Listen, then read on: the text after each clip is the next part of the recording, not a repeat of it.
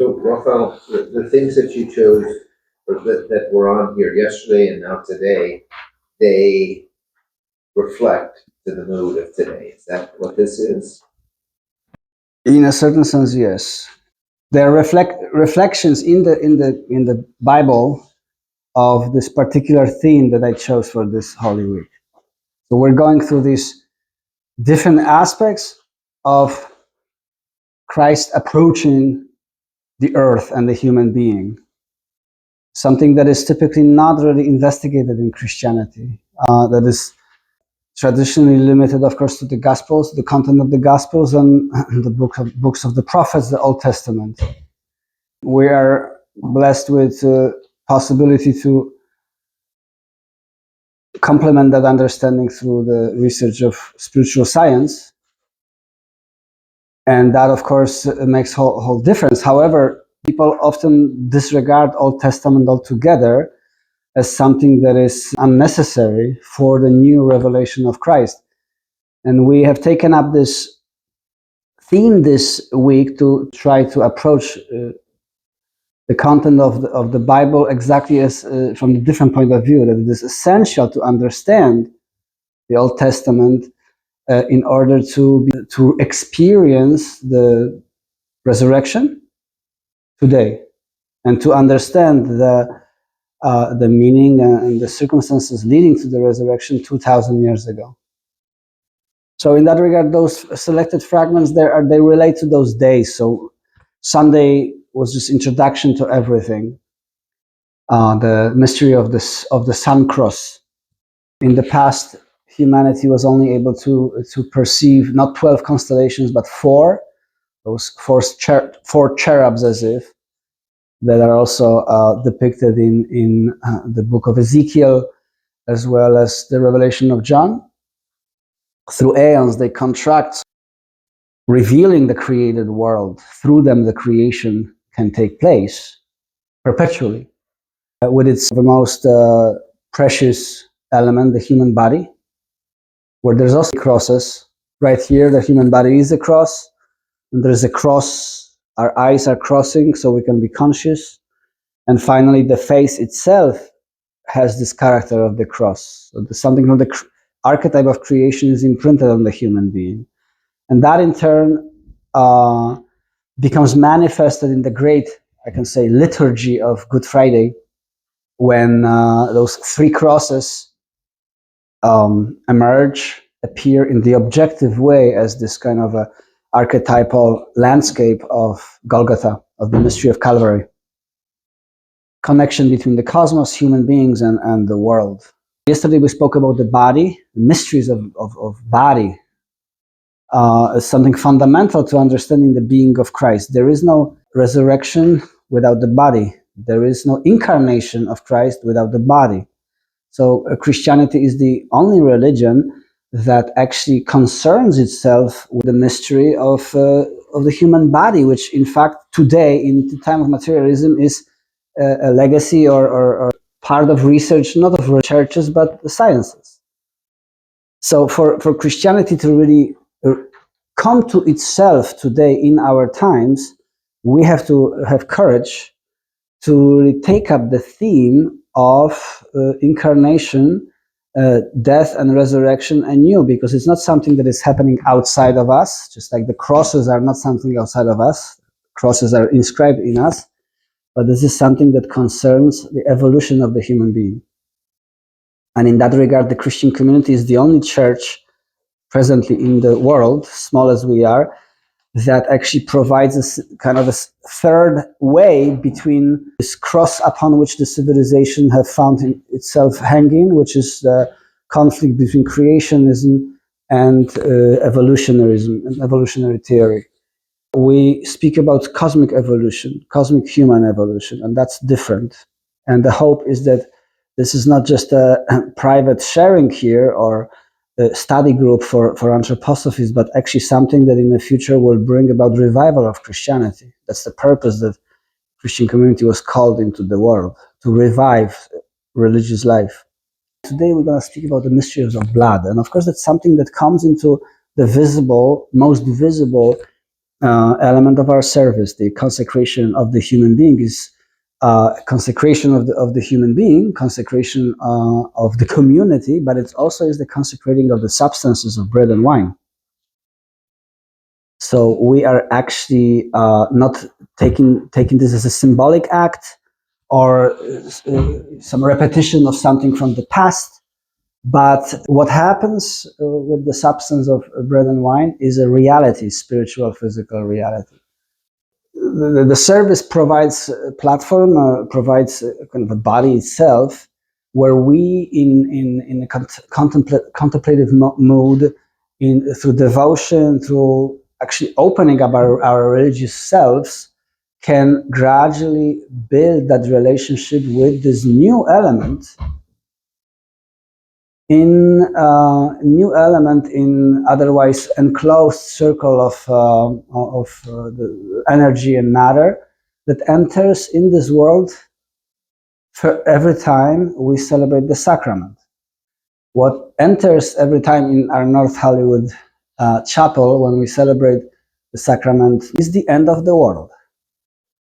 It's a truly apocalyptic event, end of the world, because according to the laws of preservation of energy, there can't be anything new or anything different present in the material existing created world, created or evolved world.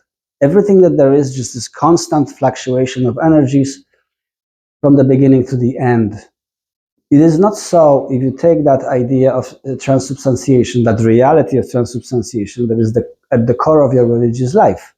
It means with every time a fragment of bread and some amount of wine is permeated with formative forces of the Christ, of the risen one, same forces that were streaming from the constellations, are streaming from the constellations.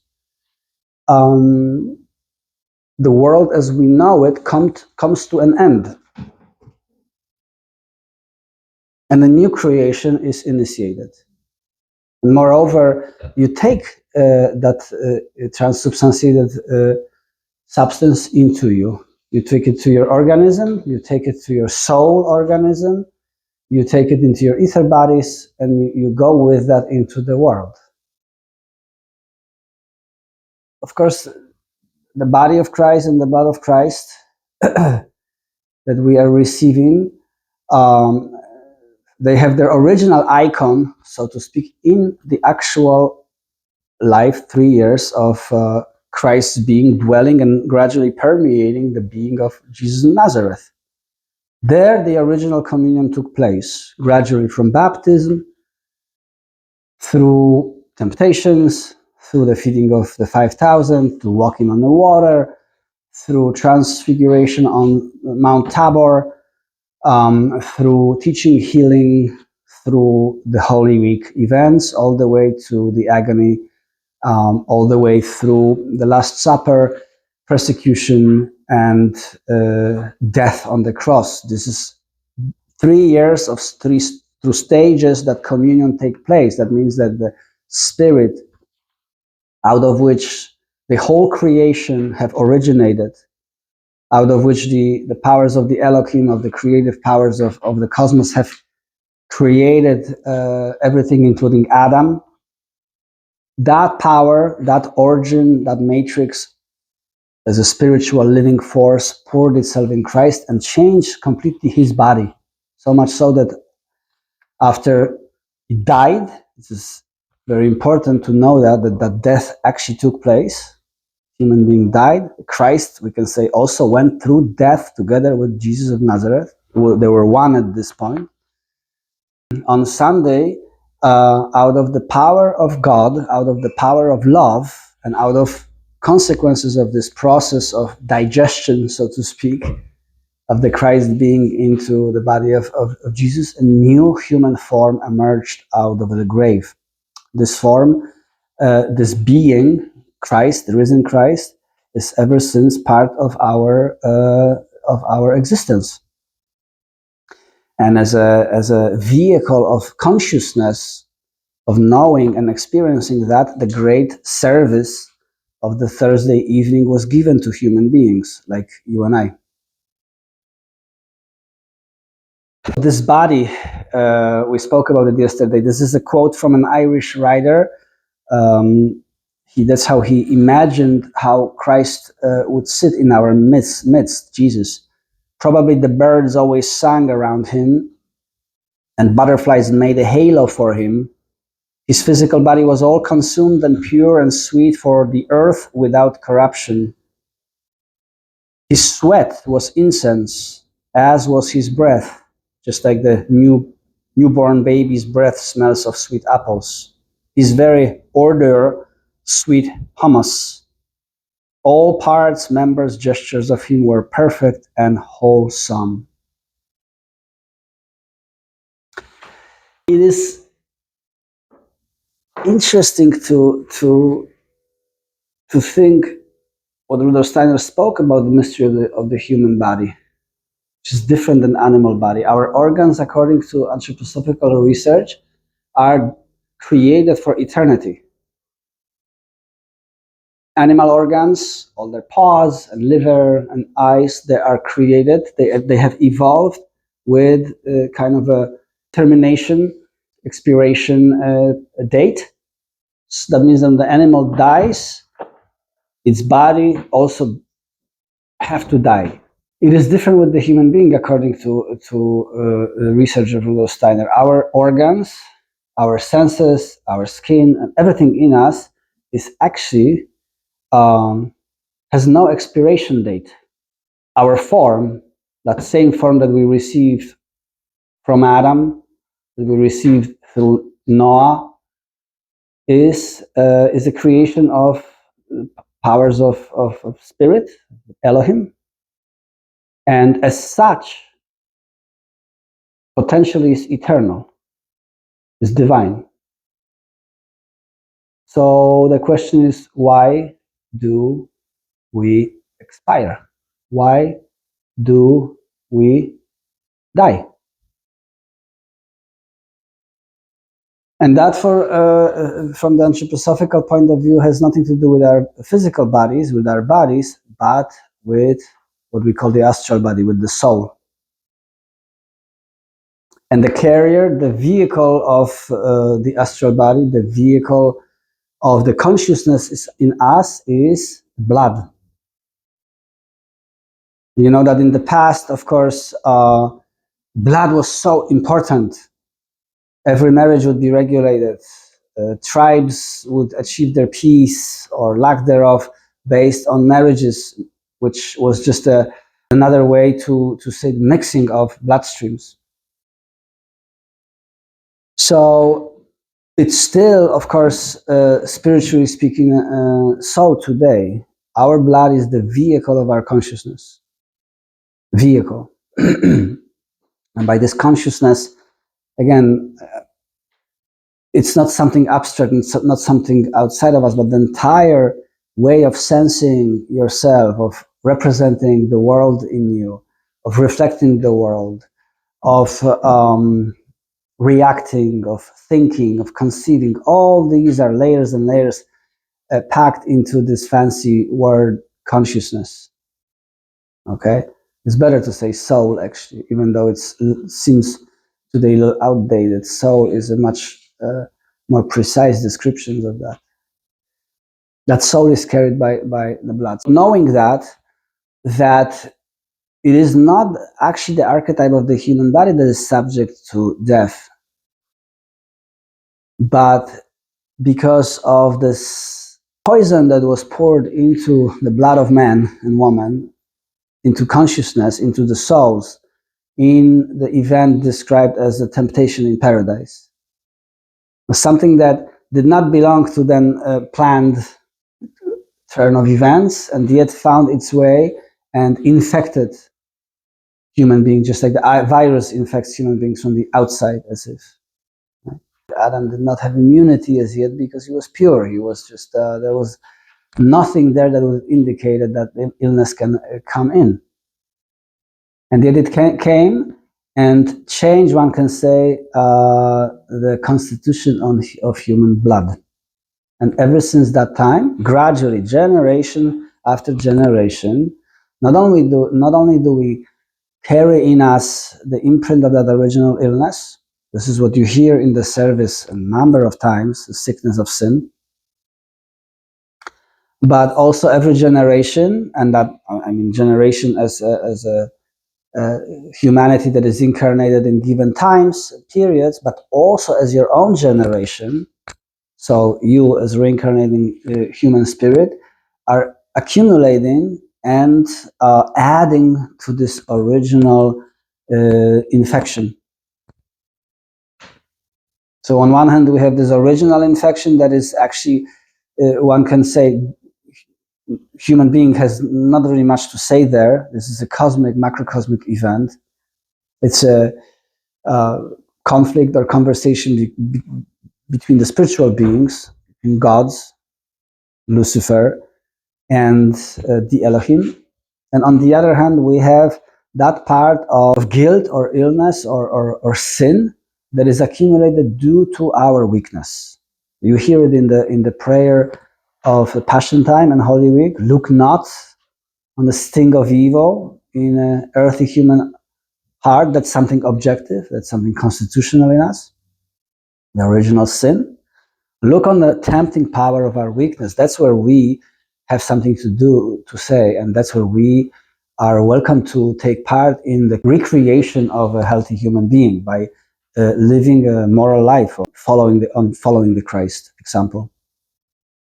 In terms of history of building this, providing this chalice, the body of the Messiah, it was extremely important that a part of humanity is treated, so to speak, differently, so that a certain purity of blood, and I don't mean it in an eugenic or supremacist way, but simply that a certain quality, moral quality, can be achieved in a particular stream of humanity, which was predestined to bring about the body of the Messiah.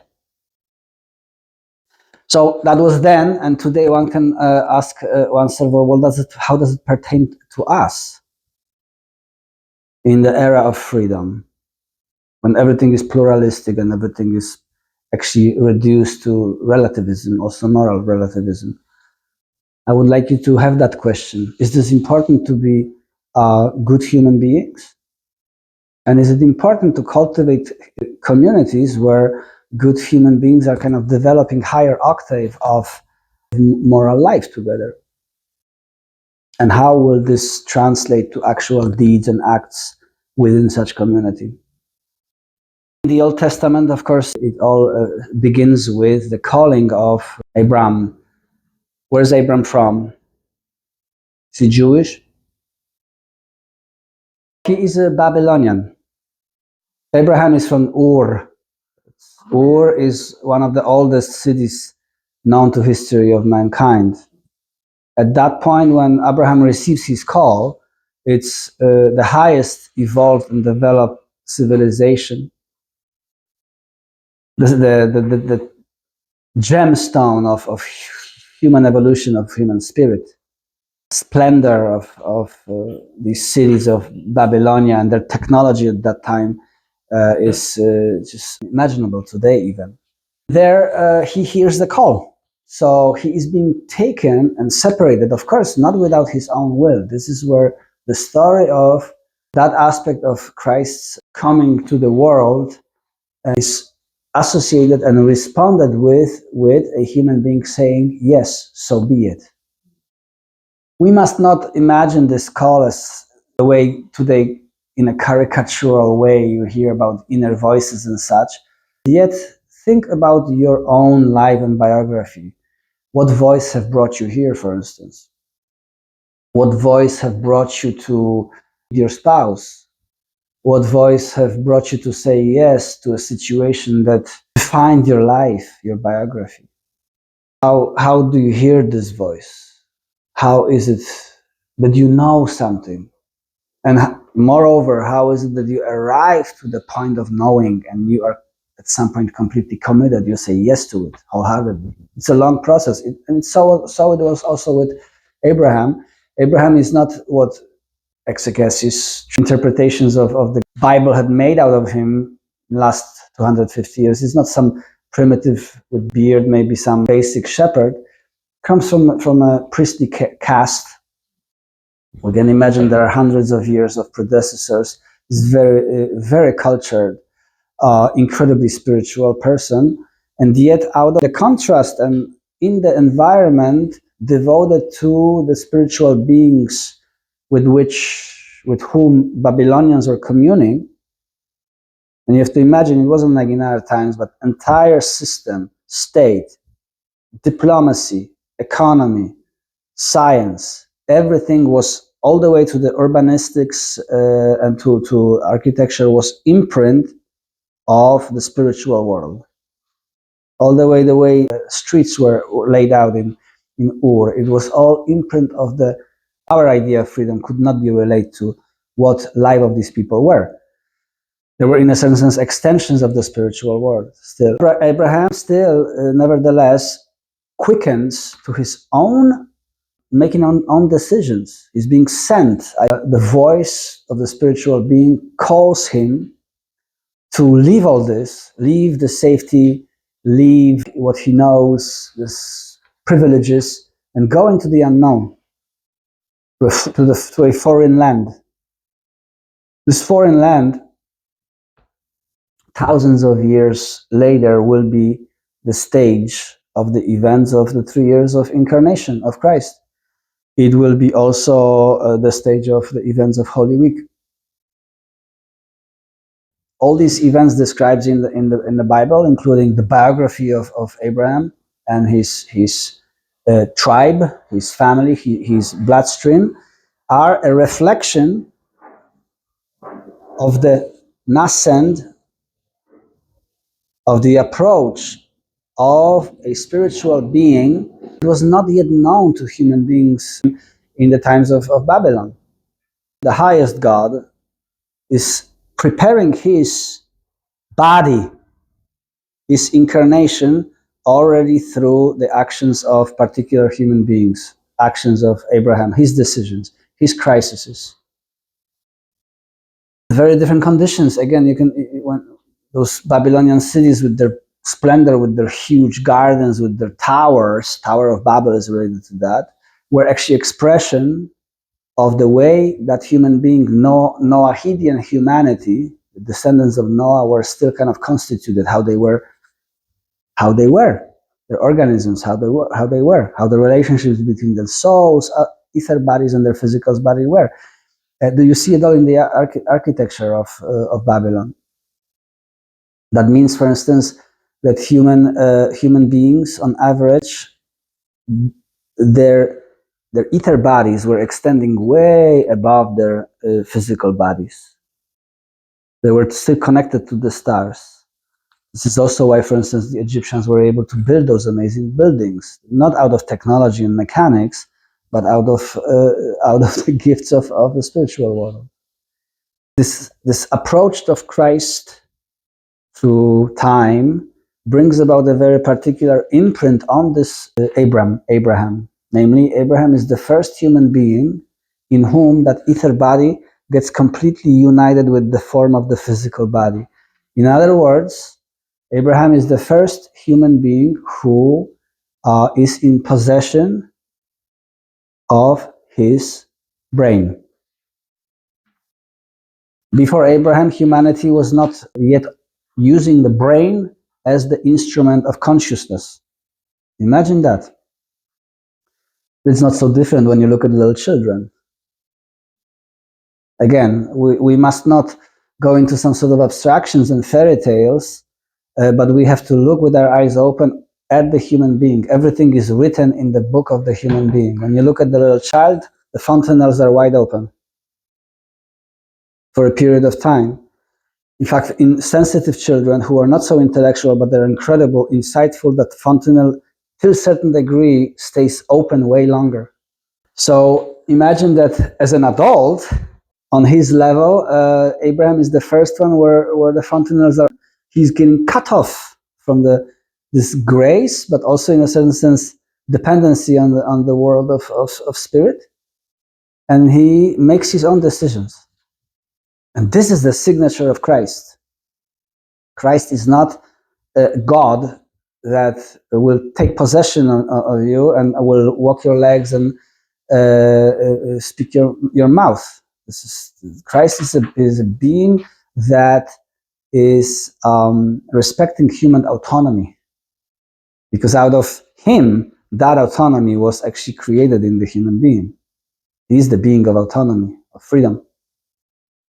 You see, the other gesture there is also that there was necessity of separating something in a general bloodstream of humanity, separating and refining that bloodstream more and more, distilling it from the elements of the ancient possibility to see directly in the spirit. We call such possibility clairvoyant capacities. Another very important gesture in that story, that in order to bring that healthy body and whereby a healthy blood will be a carrier of a healthy soul in which Christ can incarnate, it will have to be completely distilled and cleared from any influences of unconsciousness, including influences of clairvoyance. I encourage you to read those stories of Abraham, how he meets the angels, how Sarah is conceiving. It's so impossible for them that she laughs when she hears the annunciation of the angels, and yet she conceives, and the child who is born out of this miracle of the old age in Hebrew is called the smile, a laughter, Isaac. He was called Isaac, a laughter, because his mother laughed at the angels when they told her, you're going to conceive at the age of 92. And yet for God, everything is possible. We have to think that in those ages, again, still, human body was different, functions, procreation was still different. She may be the last remnant of the echo of capacity of the human beings to procreate way longer than we are today. And yet she was still already intellectually awake enough that it was almost impossible, trivial for her to think of this. She had self-reflection. I'm old. In the past, people did not have such self-reflections. Everything was happening spontaneously out of God. Eternal Christmas, as if. Isaac is born. And you remember, before Isaac is born, Abraham has another son, Ishmael, born out of Hagar. For a longer period of times, Abraham was not able to have his descendant, regardless who was barren, who couldn't have children.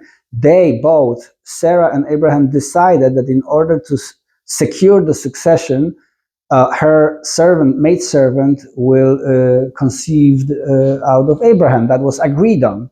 And yet the moment when Sarah conceived herself, based on the promise of the spiritual world, intervention of the spiritual world, Hagar had to go. And yet Isaac has this glow, this aura around him that is not quite aligned with that idea, an ideal of clearing the bloodstream from all the influences of the old ancient vision. Imagine the child, almost like a miraculous birth. He's predicted by the spiritual world, almost immaculate conception. So there's something about this child that is way too ancient, sun-like. It's really spiritual. Abraham is able to see that. With that is related that mystery of an attempt to sacrifice his rightful heir on the hill of Mount Moriah, the famous sacrifice of Isaac. That was, on one hand, the greatest test, and on the other hand, the great prophecy of the sacrifice on Good Friday, thousands of years later. The Bible is very sporadic, very, very, very obscure in these moments, and we have to learn to read Old Testament particularly in such a way that those moments that are obscure and hidden, they actually carry the mystery. And the mystery of that sacrifice that did not cost Isaac his life has to be understood through the element that appears to the both of them, a ram, a lamb entangled in the thorns. We have to learn how to read the Bible again via relationships, architecture of these pictures. So they are, and they both have this vision, prophetic vision of the Lamb. So it's not Isaac, the son, the human being, who's being sacrificed, but the Lamb who's being sacrificed. What does it mean? That means that what is symbolized by the ram, by the lamb always, being with horns, is being put on the altar and sacrificed. In the act of sacrificing something that is actually inherent in the being of Isaac, ability of clairvoyance.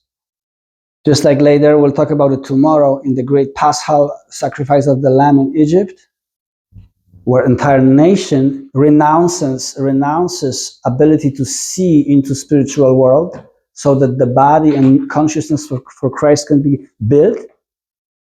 They literally expel themselves from Egypt, from the world of clairvoyance. The firstborn of that is Isaac. In order to really get the inheritance due to him, his father makes that incredible leap of consciousness, and instead of killing his firstborn, which was very common for Babylonians, that was a common procedure to sacrifice the firstborn in order so that life forces could be spent on the wealth and well-being of the family. He understands that out of this new brain, that this is a spiritual act that is required from him. And he sends his son, Isaac, to join the mystery school, the mystery temple of the great Melchizedek, who has his dwelling in the caves under the Golgotha hill. The Bible doesn't speak about it. Rudolf Steiner speaks about it. Emil Bock speaks about it very, very diligently. So that is not a physical sacrifice, but spiritual sacrifice. The ram is being sacrificed on the altar. The organ of the two lotus petal flower, which appeared as if beams or horns, just like in Moses' case, is being discontinued in the bloodstream of Abraham, in the bloodstream of Isaac. Isaac joins the mystery temple of Melchizedek, and de facto only then becomes the rightful heir and the protagonist of this new stream into which Christ will incarnate in the future. Abraham, closed fontanels, separation from the world of spirit, instinctive. Second step, Isaac, blinding the last of the organs of the lotus flowers intentionally through act of sacrifice. It's important. It's being closed off. The horns of the ram are being sawn off. As you see, just as Christ is descending more and more towards the sphere of the earth and the human beings from here on are leaving the spiritual more and more and more and more intentionally. As Christ has to be received, can be received only in full consciousness, which from the perspective and from the relationship with the spiritual vision of the past means being beggars for the spirit, being truly beggars, like Lazarus begging for scraps under the stairs of the house of the rich person. The stream goes forth from Isaac, and we know very little about Isaac. It's almost like he's really surrounded with this aura of Christ already. He's very quiet.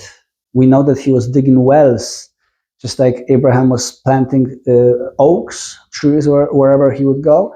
For instance, the city of Beersheba, in the south of the Holy Land, was founded. Beersheba means 7 wells. It was founded by Isaac.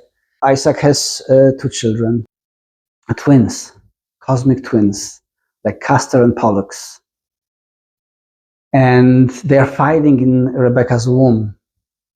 You have it there in a fragment that I left for you. They're fighting, so she prays to God and asks, how can I understand that? I can only feel under my heart that my children are fighting with one another. The Lord said to her, 2 nations are in your womb, and 2 peoples born of you shall be divided. One shall be stronger than the other. The elder shall serve the younger.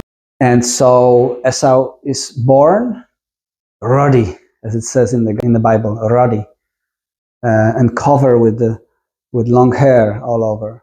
Imagine that, a child that is born. You know, every human being in the womb is still covered with hair. It's a fact, embryological fact. Esau is born like this, and Jacob, younger, a few minutes younger, is holding him by the heel, so in a certain sense, in Esau, you have this archetype similar to the Achilles, the ancient humanity, again, powerful. In this code, in the Apocrypha, in the Jewish esoteric writings, it was known, there was two mysteries, as if one was the Book of Adam, so the original revelation, original insight that came, that left paradise together with Adam and Eve and so on, esoteric knowledge that was passed the generation. But there was also something that was known, the code of Adam, the original body. This is something, so with Esau, you have to do with something that is still belonging to this ancient stream of Babylonia, pre-Babylonia, powerful human being, physically very, very developed, a sun being, not so much inner, cultured human being like Jacob proves to be later. This code is the you have it in many cultures, in many fairy tales too. Alarai, for instance, the creature of many fur. So powerful physically and kind of etherically powerful too. Esau has deficiency. Comparing to Jacob, he's slower. He's not as intellectually developed, and that allows Jacob to trick him, his older brother, out of the inheritance. It's very important because in old cultures, until quite recently, of course, inheritance was always going to the oldest of the tribe.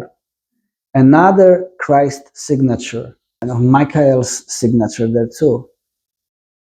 Michael, you can imagine there are beings in the heavens that are way more older, maybe even, and more powerful than Michael from certain point of view, and yet it is to him to be the herald of the Christ, an archetype that is present in many legends too.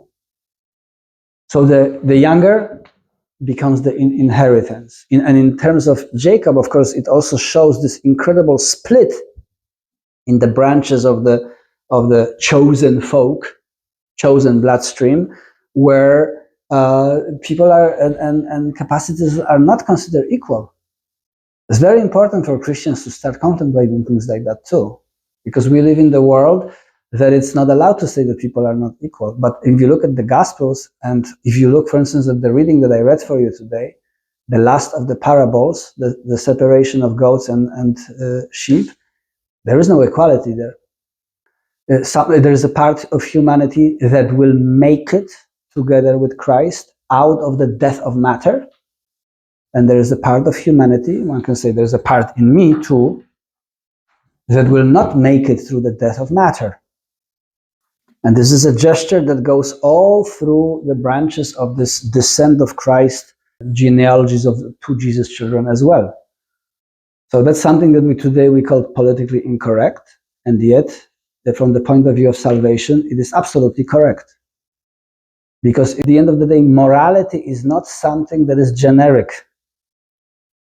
Morality is something that has to be won out of your and mine individual effort to be or not be a moral human being. The tragic truth, but it's also ultimate truth. Jacob has to pay a big karmic price for that too. This is another aspect of this, what I'm sharing with you. For every moral decision or lack thereof, there is always a karmic compensation required. And he has to flee. He leaves here after receiving the blessing of his father, Isaac. He has to go because his brother is powerful. He's a hunter. He really wants to hunt his younger brother, beautiful as he was, and just skin him. Because there's no joke. It's inheritance. It's the fame. It's the blessing. And he becomes aware that he was tricked. So Jacob leaves and he actually goes back to Babylonia, where his grandfather was from. And there in Babylonia, Jacob lives for 20 years. 20 years. He becomes completely immersed again in the Babylonian culture, temple culture, becomes a priest, serves sacrifices and services to Babylonian deities, wins one wife, Leah, wins the other wife, Rachel, and at some point starts hearing this impulse again. The time has come. The word of God announces that to him. It's time for you to go and confront your past deeds. Your karma, it has to be leveled out. So on one hand, we have this individual or morality that has to be won, but every time we do it, a price has to be paid. Think about it. Every time I'm becoming better than my peers, someone else inevitably stays behind. This is where the mystery of karma will play itself out, regardless of these apocalyptic divisions, goats and lambs. Jacob, he goes back, and he goes back equipped with 2 wives and 12 children, 11 sons and a daughter.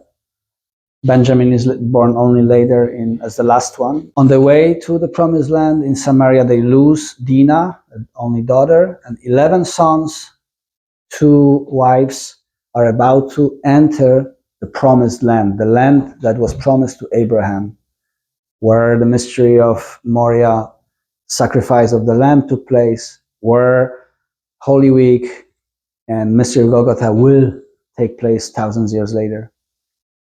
He sends his servants, his wives and children ahead, and he prays. This is by the ford of the Jabbok River.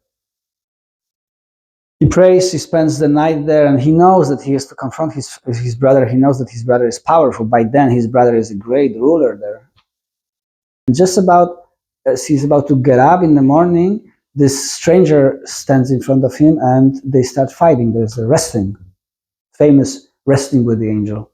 Jacob wrestle. Towards the end of this night of wrestling with himself, imagine, he can't sleep, he turns and he wrestles with his angel.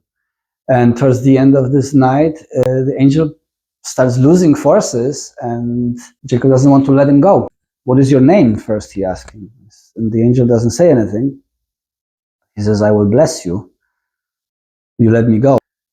And he received this blessing. Before Jacob receives this blessing, the angel strikes him in the hip.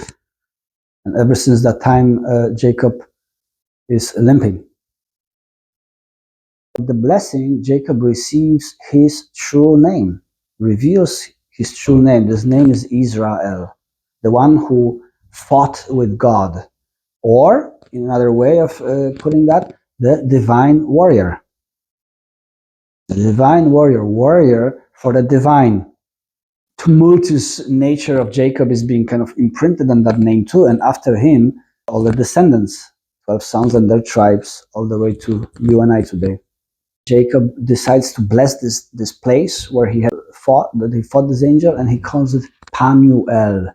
Panuel means the countenance of God.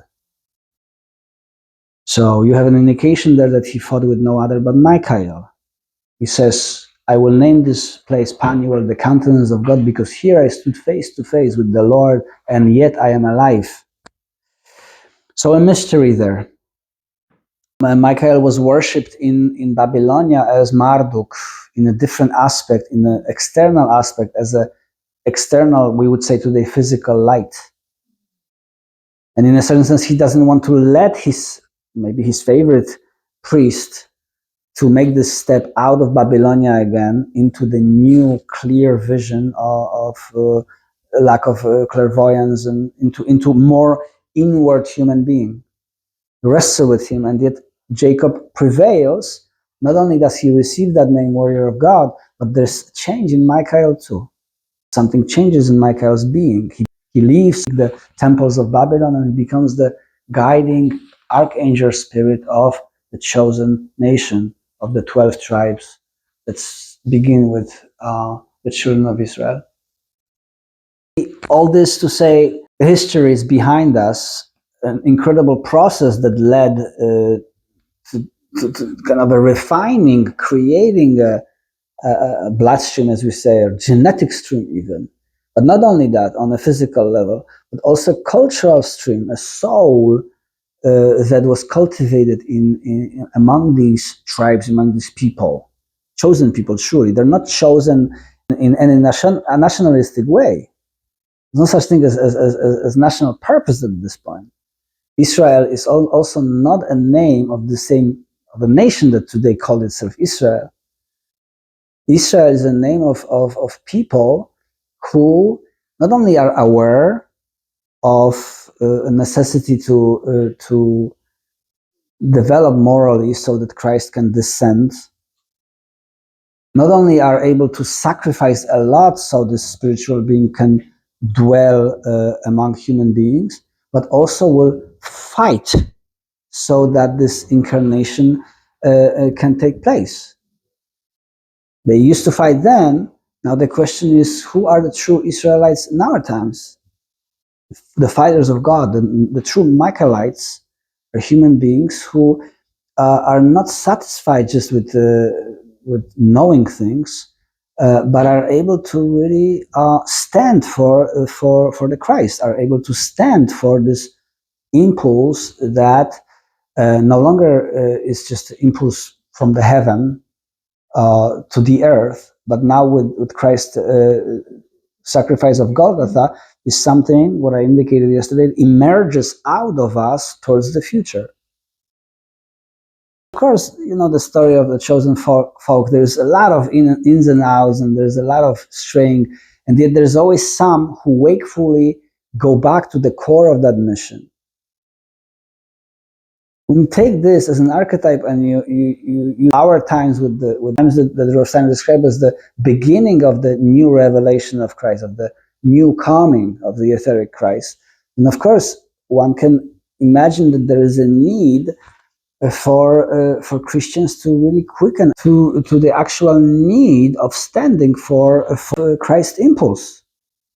And the world around us gives us many opportunities to actually confront how devoted am I to my Savior.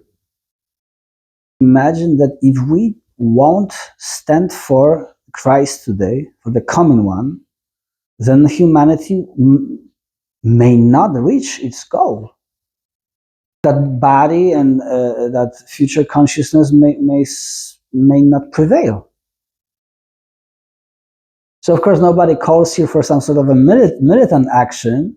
That Michaelic militant gesture is, of course, begins with one's own attitude, with courage to face every day, even to courage which is required simply because we know so much already, also about the adversarial beings. And there's no denying that. And they're overwhelming and powerful. And last but not least, perhaps, that courage is actually not something also only individual, but it's something that we cherish as a community. And remember those days when we were sitting here in the lockdowns? It was one of the most beautiful time of my life. That was, we all had to have our courage, but here we would come here just almost like the disciples of Christ in Holy Week and kind of be locked in, and we would give each one another enthusiasm and one another strength to make it through another day.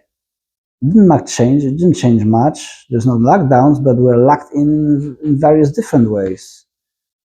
yet another reason to really actually cherish that we have this Christian community. So that's just a little bit today. Again, Sunday, Monday, this moon day. Moon is always related to the form of also the physical body, to the imprint of the great Yahweh. Mars is the movement. Just like imagine the pulse of your blood and beat of your heart. That's related to this blood. What is this new etheric blood that beats through our communities? Every time we take communion, something from the etheric blood of Christ becomes quality of your own organism. It changes something in a quiet way, not in a spectacular way. And then what of all these questions of wanting to be clairvoyant and knowing everything that anthroposophists are so excited about? So we'll talk about it tomorrow. Wednesday, we'll talk about the mysteries of spiritual vision, say clairvoyance. Again, how this too needed to go through metamorphoses, and what are these new human capacities germinating from the mystery of Golgotha today and going forward.